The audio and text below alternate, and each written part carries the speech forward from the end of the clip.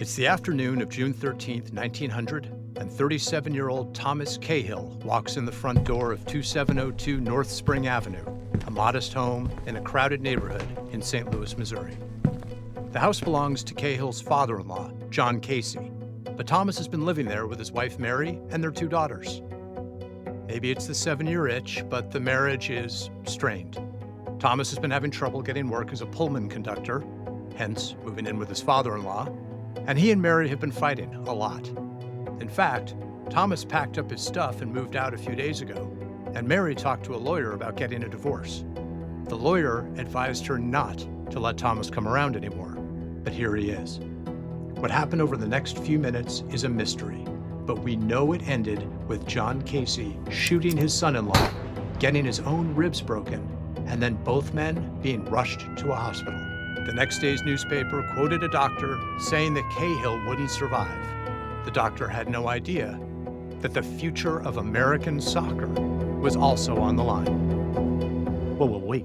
We're doing a true crime podcast? I know, it was starting to sound that way, right? But the world probably doesn't need another true crime podcast. And some of you might be thinking we don't need another soccer podcast either. And look, if you want match recaps and transfer banter, you got plenty of options. But this is an American game. Soccer stories from American history, as told by an actual historian, me. And a Hollywood screenwriter, me. I'm Kirk Rudell, and I've loved helping make shows like Spin City, Will and Grace, and American Dad, but I've always been a soccer guy. And I'm Tom McCabe. I have a PhD in history. I've taught at Rutgers and Notre Dame, and have served as president of the Society for American Soccer History. And I'm also a soccer guy. We're old friends, one-time college teammates, and here's why we're doing this. We share a belief that, and this may shock you, the United States is a soccer country. Yeah, we are. And if you're an American soccer fan, that might sound weird. You may have internalized years of people from other parts of the world questioning how much you could possibly know about the game, even your right to love it. Because as far as they're concerned, soccer started here with Pelé, or at the 1994 World Cup. And how many times have you been told we don't even call it the right name? Durr, it's football, not soccer. But here's what you can tell them. Soccer, football, whatever you want to call it, was in the US before it was in Spain, or Italy, or Brazil, or Argentina. Seriously, way back in the 1860s, Scottish and English immigrants were coming to work in the thread mills of Kearney, New Jersey, and they brought the game with them. We told the Kearney story a few years ago in an award-winning documentary called Soccertown, USA, about the cradle of U.S. soccer, which was also the hometown of John Harkes, Tony Meola, and Tab Ramos, who starred together on the U.S. national team at the 90 and 94 World Cups. And the common theme is going to be that soccer is very much an American game, one that mirrors the highs and lows of the American story. It's city versus suburbs, east versus west, booms and busts, and waves of immigrants bringing their passion for the game with them. Yeah, like most American stories, it's an immigrant story. Anyway, we figured a good place to kick things off was the father of American soccer, Thomas Bullets Cahill. Welcome to An American Game.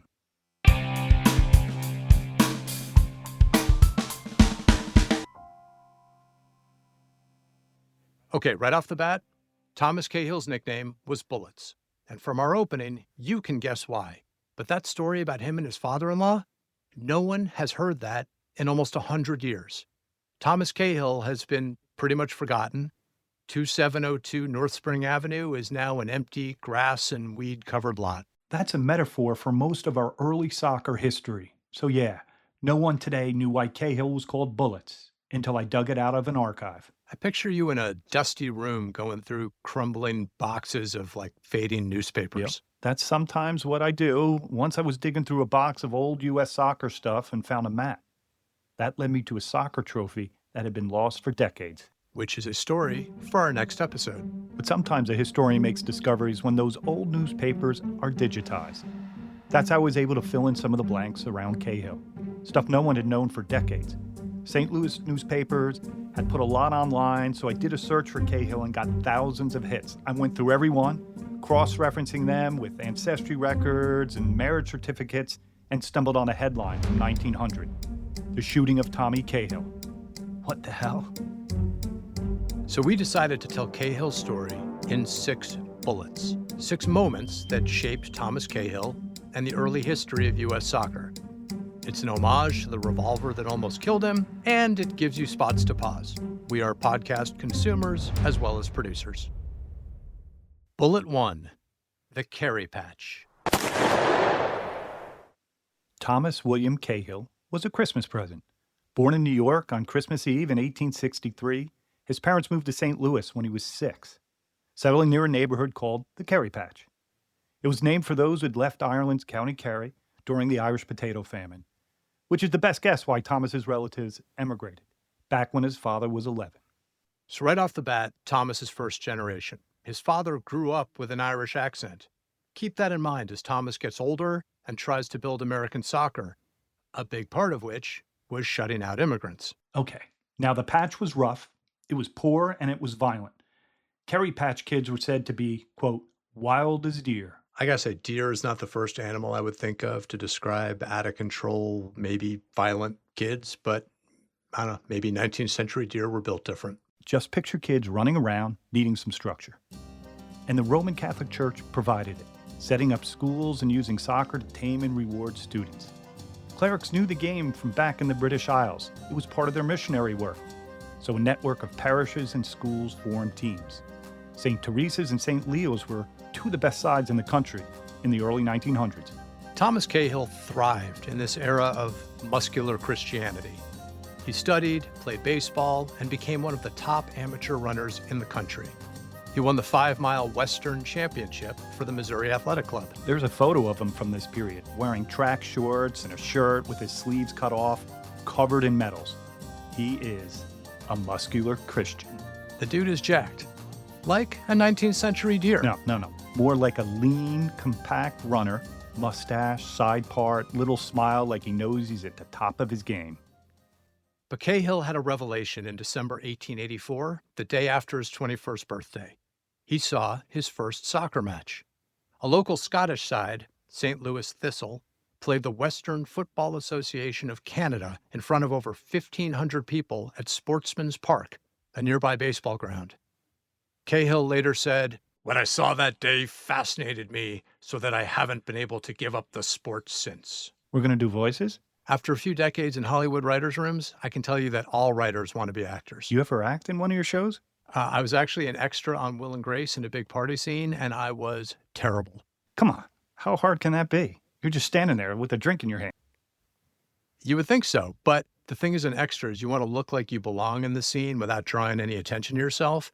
And every time Sean Hayes or Megan Mullally would do something wacky, I would look at the person next to me and roll my eyes and shrug like, what are they doing? Or that was weird. Really just every dopey thing that extras are not supposed to do. Anyway, that match at Sportsman's Park was Cahill's soccer origin story, one he would tell many times over because he said it defined his life's mission to spread the gospel of soccer.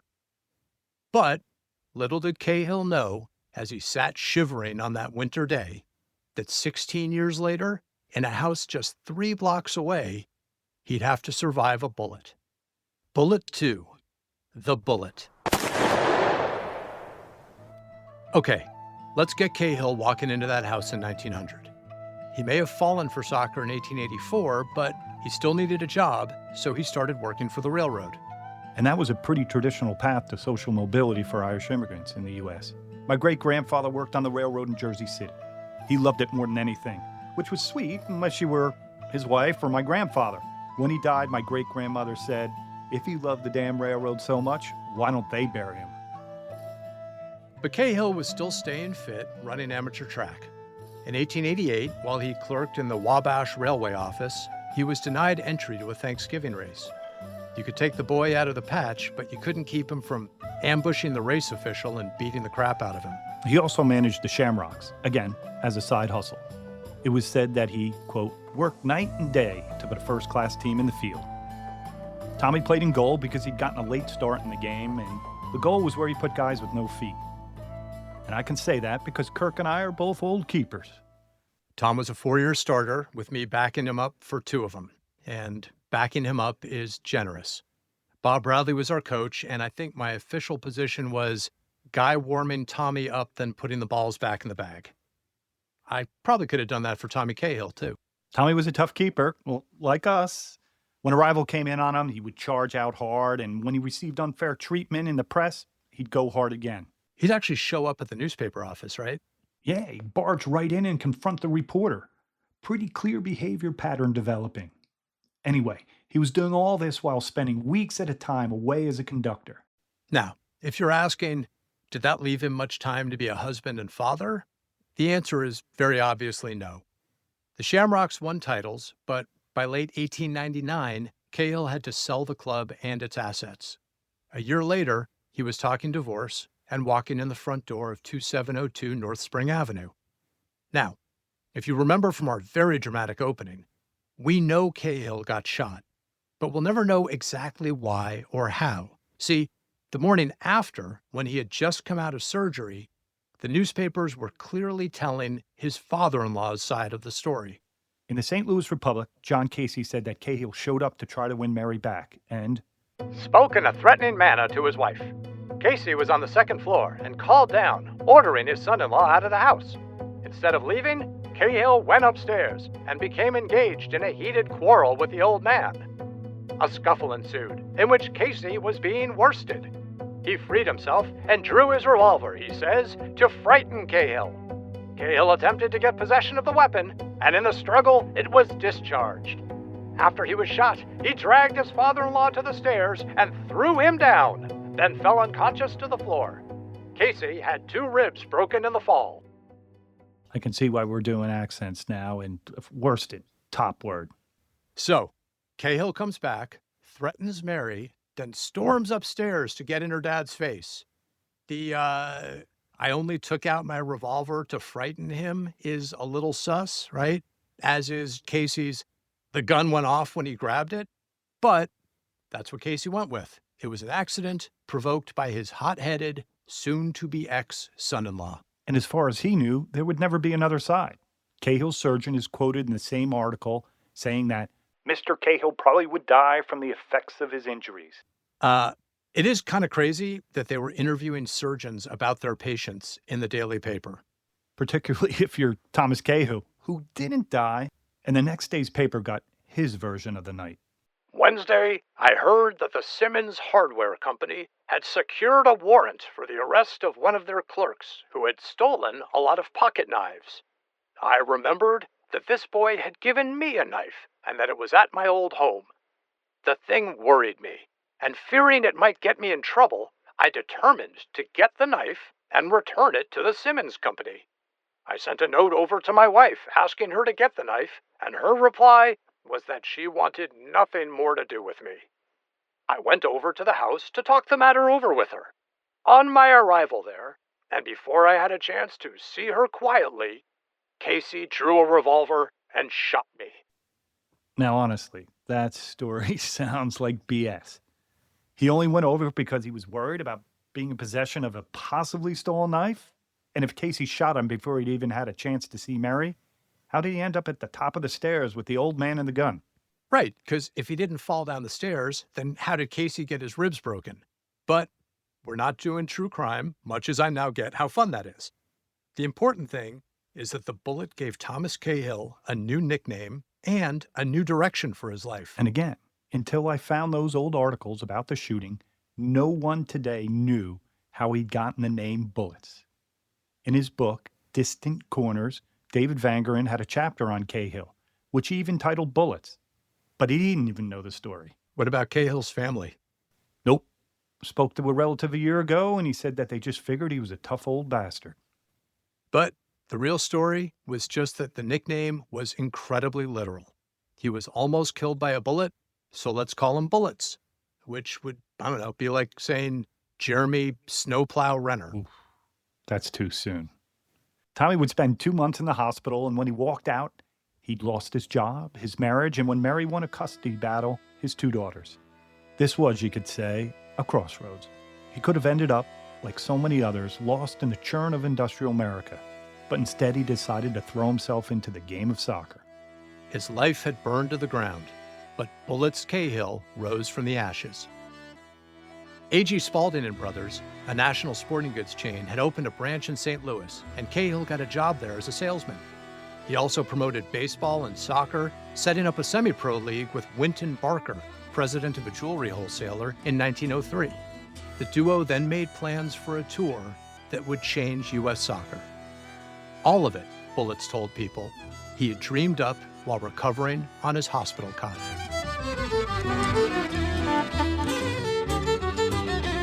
Bullet 3, The Pilgrims. In 1905, Fred Milnes was a 27-year-old Yorkshireman who played at Sheffield United, Tottenham Hotspur, and a few other clubs.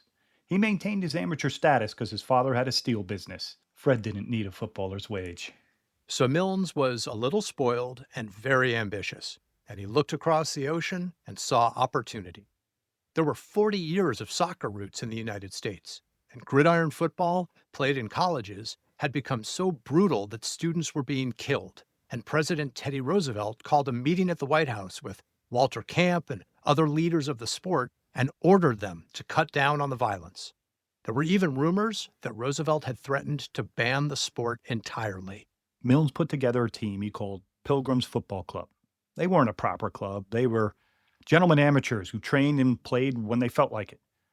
They did have some good players, though, but they also had a goalkeeper named Sir Charles Kirkpatrick, a descendant of Empress Eugenie, the wife of Napoleon III. He was described as a big fellow with a genial smile. Which is probably how Bob Bradley would have described me. Come on, he wasn't even watching you. Pilgrims planned a tour of Canada and the U.S. to barnstorm for the game of soccer. As Milnes put it, and I have no idea how to do a Yorkshire accent, our idea was to come over and start a boom for it, which would result in popularizing it and produce teams which would visit England for international play. Cahill and Barker invited the Pilgrims to play in St. Louis, and the tour was a huge success, lasting basically all of September and October of 1905. Pilgrims played 17 games, 12 in the U.S., and lost only one to an all-star team in Chicago. They outscored their opponents 95-16 while managing to do every possible tourist thing like Niagara Falls, national parks, and lots of brewery tours. Speaking of breweries, that relative of Cahill's that I spoke to told me that Augie Bush, son of the beer baron Adolphus Bush, invited Cahill to join a baseball venture. But Bullets said, "No thank you, Augie. Soccer is the future of America." Soccer. Sport of the future since 1905. Okay, back to the tour. Pilgrims were having a blast, and the U.S. press was obsessed with Sir Charles, the baronet in the net. And news accounts started using the word soccer, because that's what Milnes and Pilgrims called it. That's right. The next time some English wanker is making fun of you for calling it soccer, just remind them that the word came from Cambridge guys. It was their posh school slang for association football, like how they turned rugby into rugger. And so annoyingly turned breakfast into brekkie. Spoken like a guy who lives in London now. Yes. The St. Louis games were a turning point for Cahill and for soccer in the U.S. 10,000 people watched the first game, and over 17,000 people crowded a baseball park for the second. While Barker had funded the whole thing, Cahill was hailed as a soccer boss for bringing first-class games to the city. And we could draw a straight line from Cahill to another soccer boss, our friend Charlie Stillentano, who the late, great Grant Wall dubbed world soccer's best connected American. Charlie just became the president of the Italian club Spezia, but for the past 25 years, he's brought clubs like AC Milan, Real Madrid, and Bayern Munich to the U.S. for summer tours. Cahill was the first, but he set a blueprint. With gridiron football on the ropes and proof that American fans would come out for soccer, Cahill saw it as his destiny to grow the game in the United States. In late 1908, he asked Barker to fund another Pilgrim tour. That meeting took place under a massive clock at the intersection of 7th and Pine in downtown St. Louis. Sorry, a massive what? You want me to get fired at Notre Dame? It was a clock.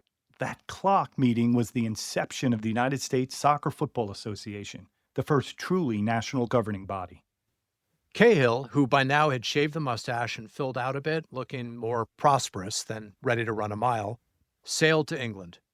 He met with Milnes, who agreed to put the Pilgrims back together for $10,000 plus expenses.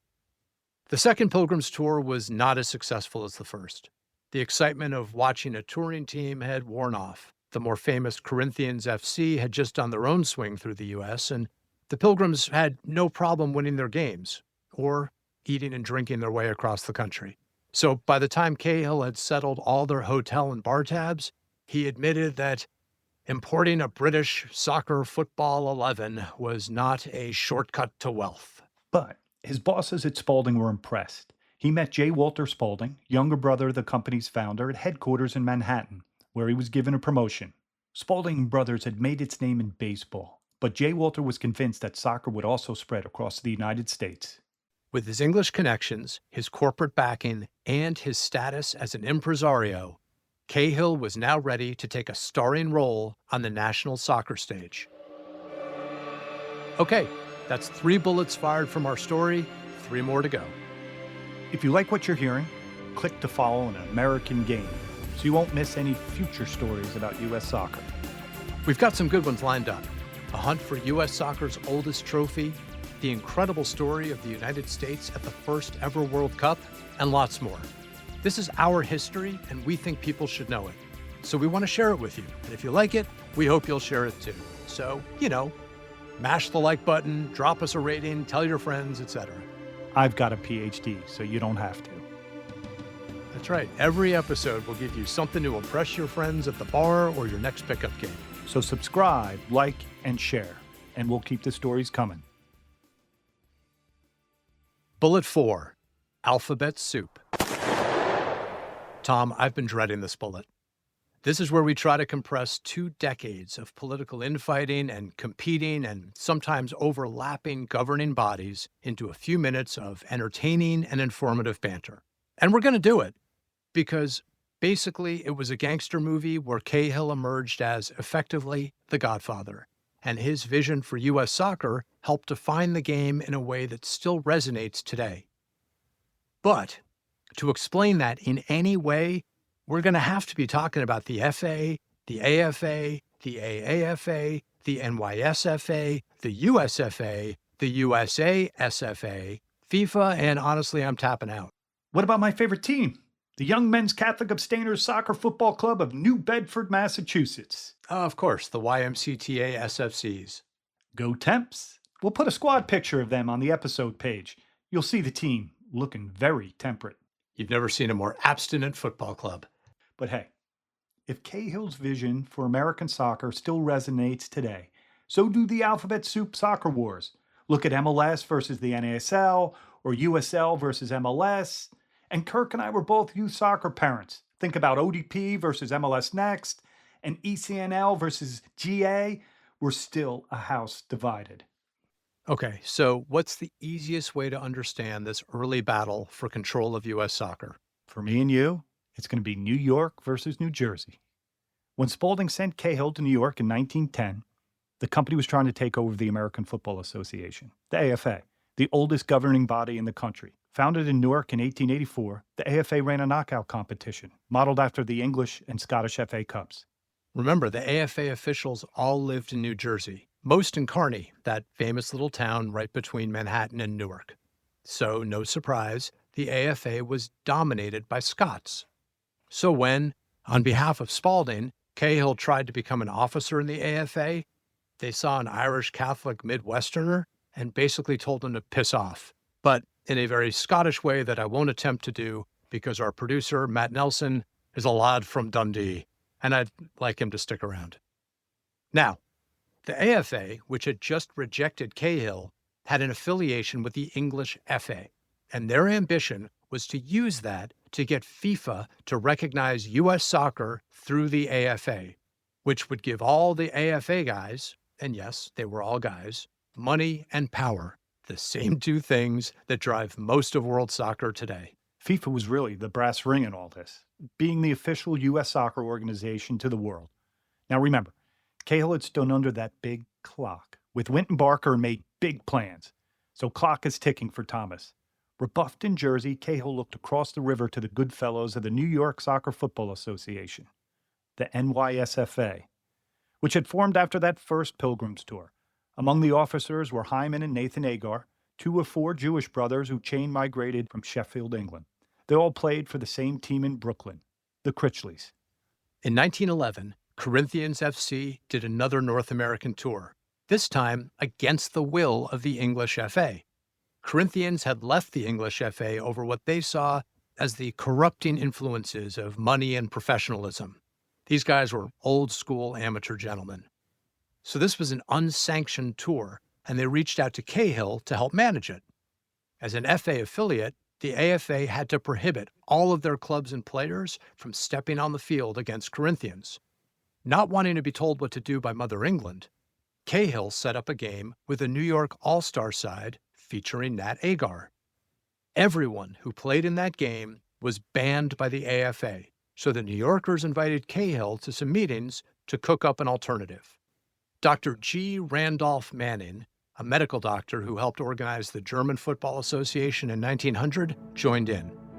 The result of those meetings was a rebrand of the NYSFA to the American Amateur Football Association, or the AAFA.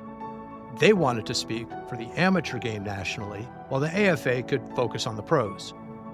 Cahill hyped the AAFA wherever he went. It was newer and cooler and more cosmopolitan than the AFA.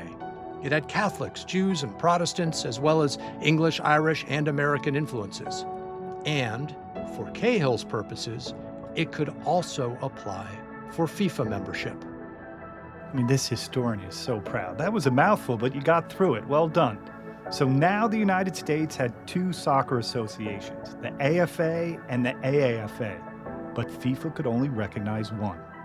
And whoever FIFA chose would boom, while the other would bust. Seeing the stakes, Spaulding told Cahill to, quote, take care of soccer matters for the firm throughout the entire United States. Cahill also offered to represent the AAFA at the 1912 FIFA Congress in Stockholm, Sweden, which was taking place during the Summer Olympics. Basically, he'd make the case for why FIFA should choose them. In front of FIFA, Cahill spoke for the AAFA, and he apparently won over all the continental folks that knew Dr. Manning from his old German football days. But the AFA was represented by Frederick Wall, an Englishman who was the head of the FA. It was a tense couple days, and in the end, FIFA punted. They told the AFA and the AAFA to go home and resolve the New York-New Jersey turf war. No recognition without harmony was the decree. This was going to be tough because it meant some kind of merger, and there was a lot of bad blood by this point. Towards the end of 1912, the AFA actually said, forget it, and backed out of negotiations. But one last bit of alphabet soup stepped in to save the day. The AAAP, the Allied American Association of Philadelphia, came in behind the AFA, flipping the balance of power and bringing the AFA back to the table. Soccer folks from Philly put up half the money for a soccer congress in New York City in April 1913. This was a time for conciliation, so Bullets Cahill sat it out. He said he wasn't much for peace committees. The AFA agreed to become an affiliate member of a new national body, the United States Football Association, or USFA. Manning became its first president, and Cahill swept back in to serve as secretary, which was actually what he wanted because the secretary was the driving force behind the day-to-day operations. The man who started the century on the wrong side of a gun now had his finger on the trigger of American soccer. Bullet 5, Scandinavia. Let's just take a beat to say that again, American soccer. That was Cahill's dream. I know we said the word soccer came from England, and it did, but football was still the preferred term over there, and gridiron football was popular here. So everywhere he went, Cahill insisted that his game be called soccer. Unfortunately, for a lot of Americans, soccer was a game of immigrants, factory workers, and the urban poor. Baseball was more popular, the national pastime, even though all those factories also had baseball teams, and its superstars were also sons of immigrants. Yeah, this stuff drives me crazy. Baseball got a pass as the real American game, but One of its biggest stars was Honus Wagner, the guy with the most valuable baseball card of all time, except his real name was Johannes Wagner. His parents had come from Germany to Pennsylvania coal country. Or Wee Willie Keeler, who was born William O'Kelleher Jr. His father came over from Cork, Ireland, and Willie Americanized his name when he left the factory teams around Brooklyn and started playing semi-pro ball. Oh, Wee Willie, hey, but it doesn't get any more American than Babe Ruth, right? The Babe used to have dinners with Lou Gehrig at Gehrig's parents' house so they could all speak German together. Oh, one more. Giuseppe Paolo DiMaggio, Joe, was the 8th of 9 children born to Sicilian immigrants, but he grew up to be the Yankee Clipper and marry Marilyn Monroe. And I'm not shaming any of those guys. We are a nation of immigrants. It's just nuts that playing baseball made you all-American, but soccer made you an outsider.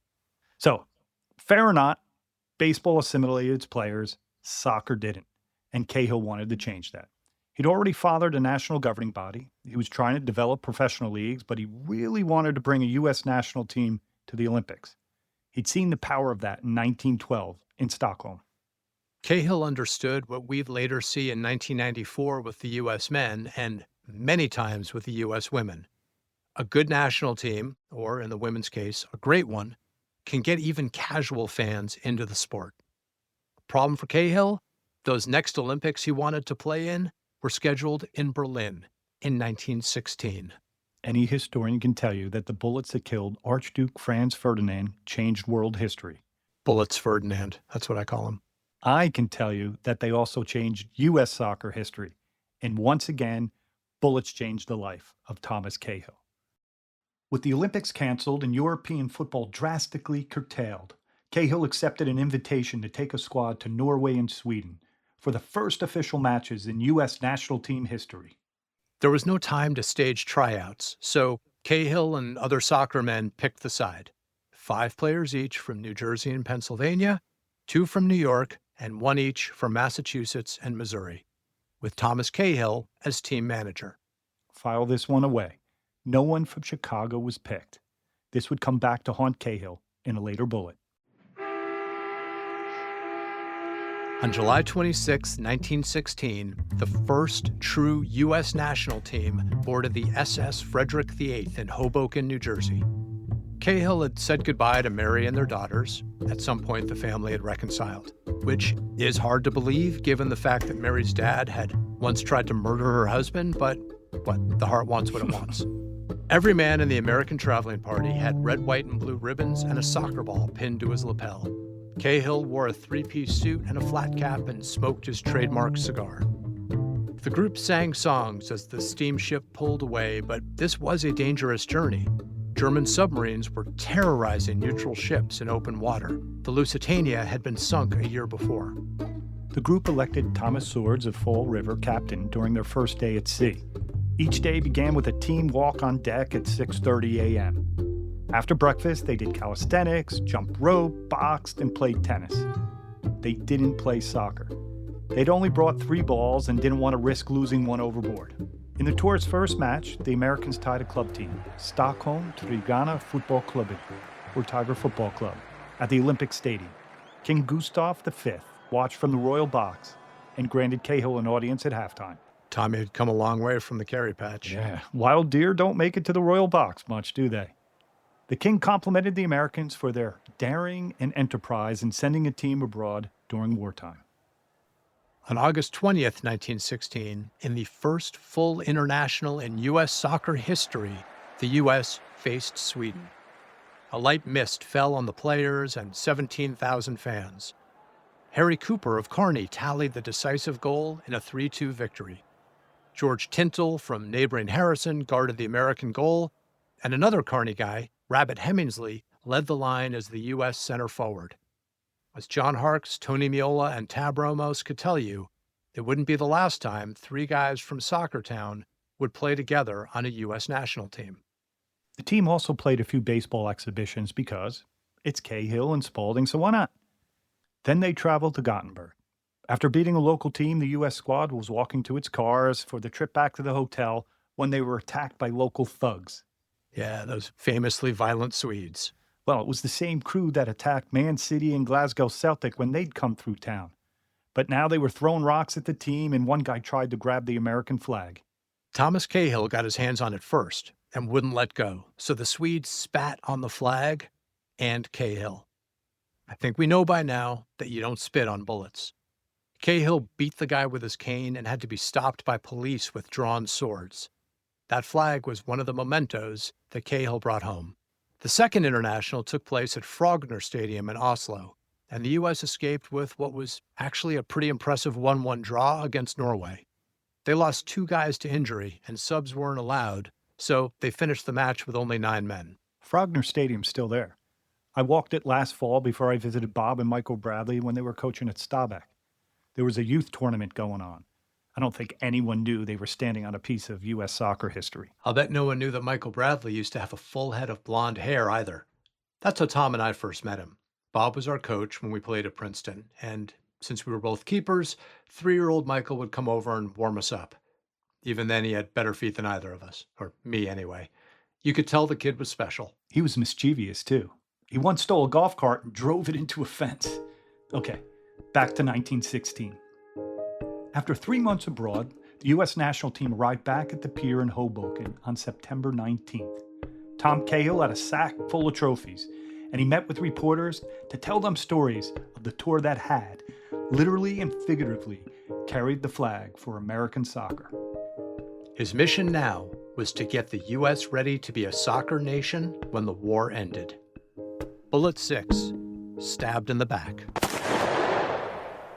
This bullet isn't going to take us to the end of Cahill's life, but rather to the end of his time at the top of the U.S. soccer pyramid, which, in a nice bit of symmetry, will involve another knife.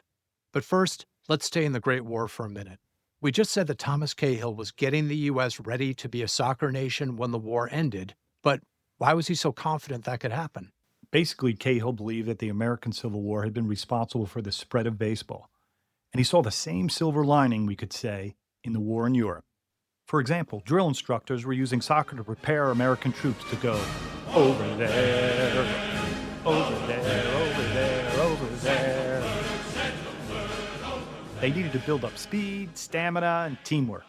And when doughboys deployed, they fought alongside football-mad Europeans. Through the banter and kickabouts, a lot of U.S. soldiers fell in love with the game.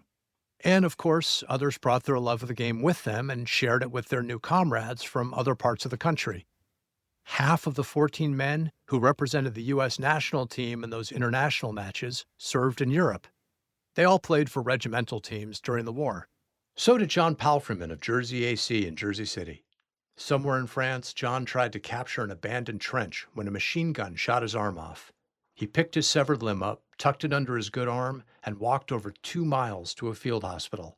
A newspaper credited his bravery and stamina to, quote, training received on local football fields. That's Jersey strong. Meanwhile, back home, work teams flush with money from supplying the war effort stocked their squads with the best players available. Bethlehem Steel became a national power, winning over 150 matches and losing only 7 between 1914 and 1919.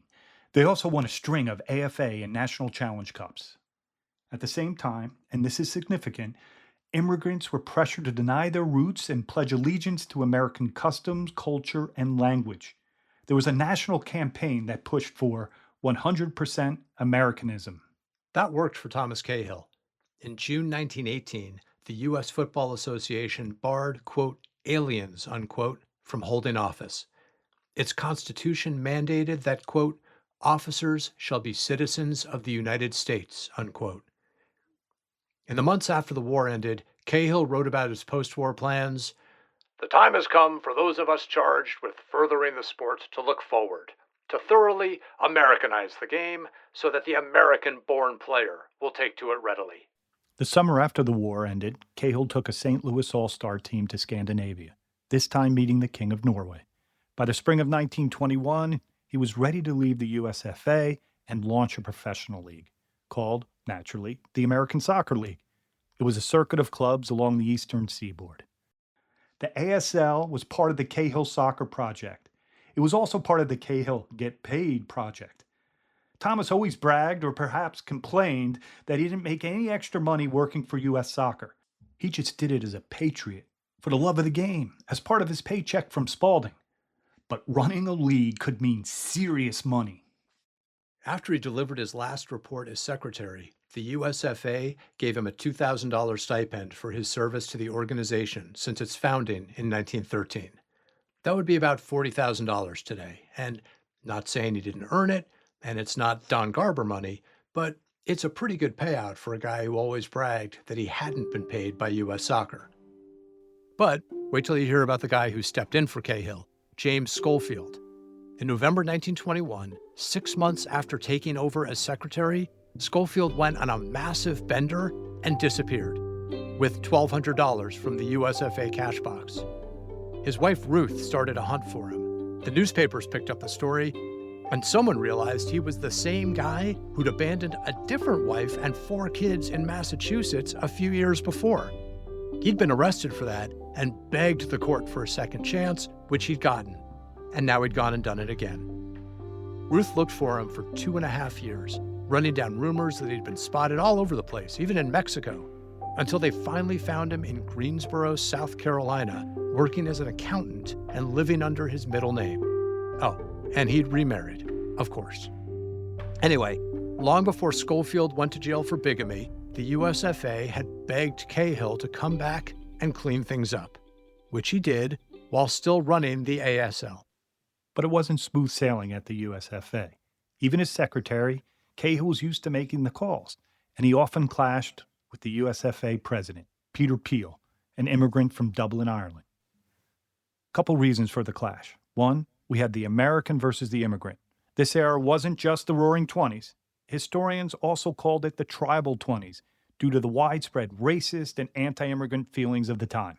Which is so weird because, remember, Cahill's own father had come over from Ireland, and yet Cahill spent his life pulling up the ladder and trying to shut out anyone who'd come over later, which is, let's face it, part of the larger American immigration story. No, for sure. But also in the mix here was St. Louis versus Chicago. Peel had come to Chicago for the World's Fair in 1893 and stayed.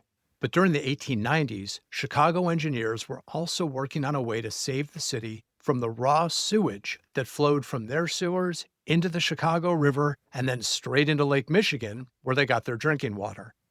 The city had suffered decades of outbreaks of typhoid and cholera, which got worse as Chicago got bigger. But an engineer named Sylvester Chesbrough had figured out a way to divert the Chicago River, so that instead of flowing into Lake Michigan, it would empty into the Mississippi River and head down towards St. Louis. The massive project was completed in 1900, after which the message from Chicago to St. Louis was literally, eat our shit. So, it may have been inevitable that Cahill and Peel would clash. But on top of that, remember how no Chicago players had been chosen for the 1916 national team? Well, Peel had recommended a few, and he remembered who had shut him out. It all came to a head at a meeting a few weeks before the 1924 Olympic Games in Paris, where Cahill planned to manage with Peel as his deputy. David Vangerin quotes what Cahill told a friend afterwards. Peel began his abuse at the beginning of our committee meeting, and after the meeting adjourned, loudly declared he could take care of me mentally or physically at any time. As luck would have it, I had my pocket knife in my hand, which is probably why Peel chose that moment, cutting a plug of tobacco.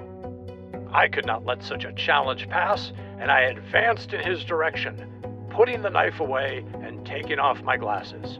If he had made good on his challenge, there would have been a lovely row. But the 2 others present intervened, and I left the room.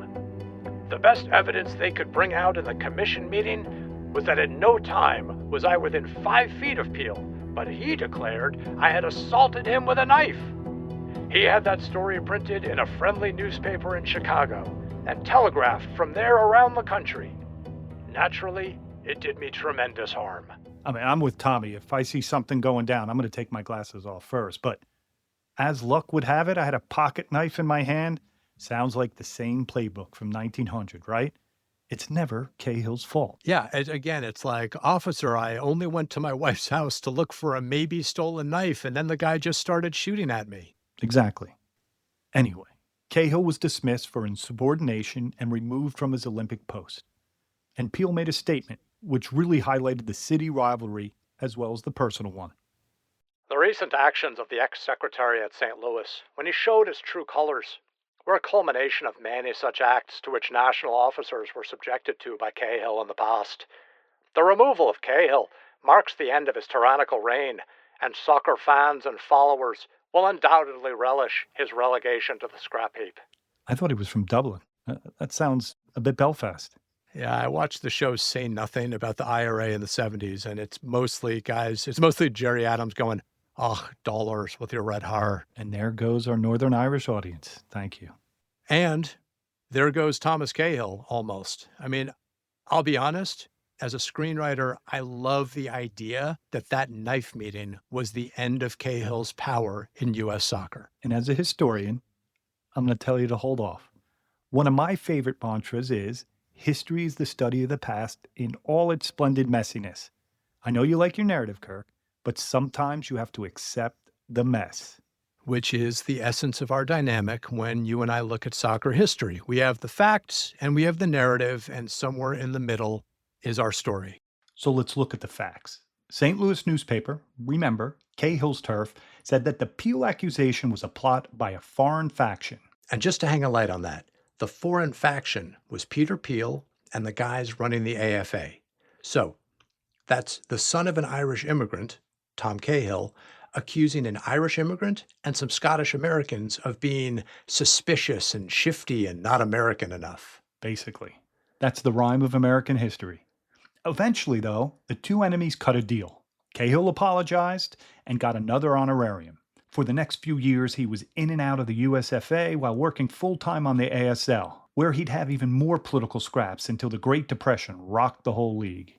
It's that pattern again, right? The Kerry Patch chip on his shoulder giving him the drive to build things and also the anger to blow them up. And yes, maybe it is too much to say that he peaked in 1924, but it also seems like it was getting increasingly hard for Tommy to find enough allies to get what he wanted. Well, we do know that he wanted to manage another national team. But when the U.S. signed up to play in the very first World Cup in Uruguay in 1930, someone else was chosen instead. And he never did get to manage a national team again. So yeah, there's a case that his days as the U.S. soccer boss were over when he cut a plug of tobacco too close to Peter Peel. There was one last moment where he was almost on top again. Call it the bonus seventh bullet. It was 1945, and Branch Rickey, the legendary president and co-owner of the Brooklyn Dodgers, and a friend of Cahill's from St. Louis, asked him about setting up a pro soccer league in major league ballparks. This was something Cahill had kicked around years before, as a way to use the parks during the baseball offseason. Rickey offered Ebbets Field, and Phil Wrigley was interested in getting in on it. But when the owners of the soccer franchises heard about it, they jacked up their fees and demanded to be cut in. That scared off the baseball folks. Cahill said, "It's been the same story for 50 years.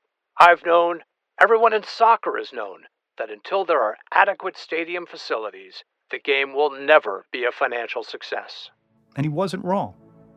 Thomas William Cahill died before the era of the soccer-specific stadium, but he did live long enough to be vindicated about something else.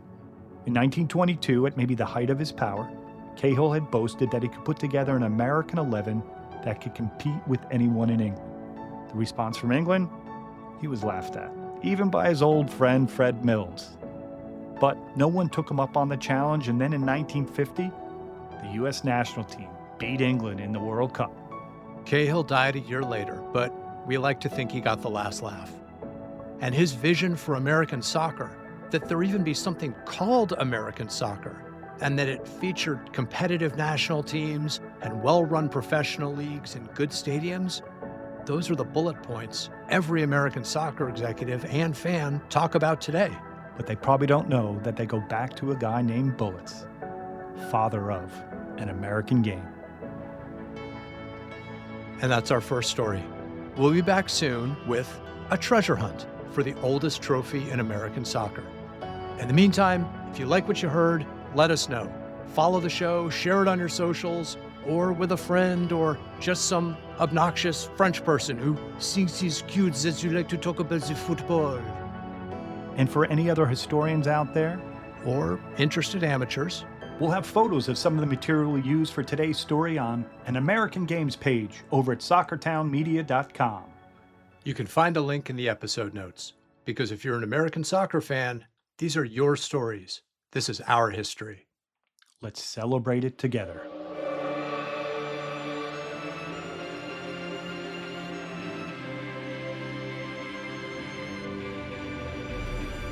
This episode of An American Game is a production of Soccertown Media and was written by me, Kirk Rudell. And me, Tom McCabe. If you want to hear more of my thoughts on soccer, Hollywood, or whatever I happen to be annoyed by, you can find me on Blue Sky at rudell@bsky.com. As for me, Kirk will have me in the archives digging up the next story. And on the Soccertown Media Instagram. An American Game is a team effort. Our supervising producer and editor is Matthew Nelson. Our videos are produced by Larry Garrity. Our theme music was composed by our old friend and former teammate, Patrick White. Special thanks to the Society for American Soccer History. And thank you for listening. That makes you part of the team. If you like what you heard, please subscribe, rate, review, tell your friends. We'll see you next week. Come on, Hollywood. Who would play Cahill in the movie? Who would I cast as Thomas Cahill? Stephen Graham, who is amazing. Adolescence, Thousand Blows, a million other things. But he would get you that Cahill, charming, pugnacious. He'll throw his arm around you with a cigar clamped in his mouth. And also, he'll beat the crap out of you if you get in his way. So, love that guy. He would be my pick. It was me. I'd obviously choose Daniel Day-Lewis. My left foot. Yeah, we know who he is. Get up,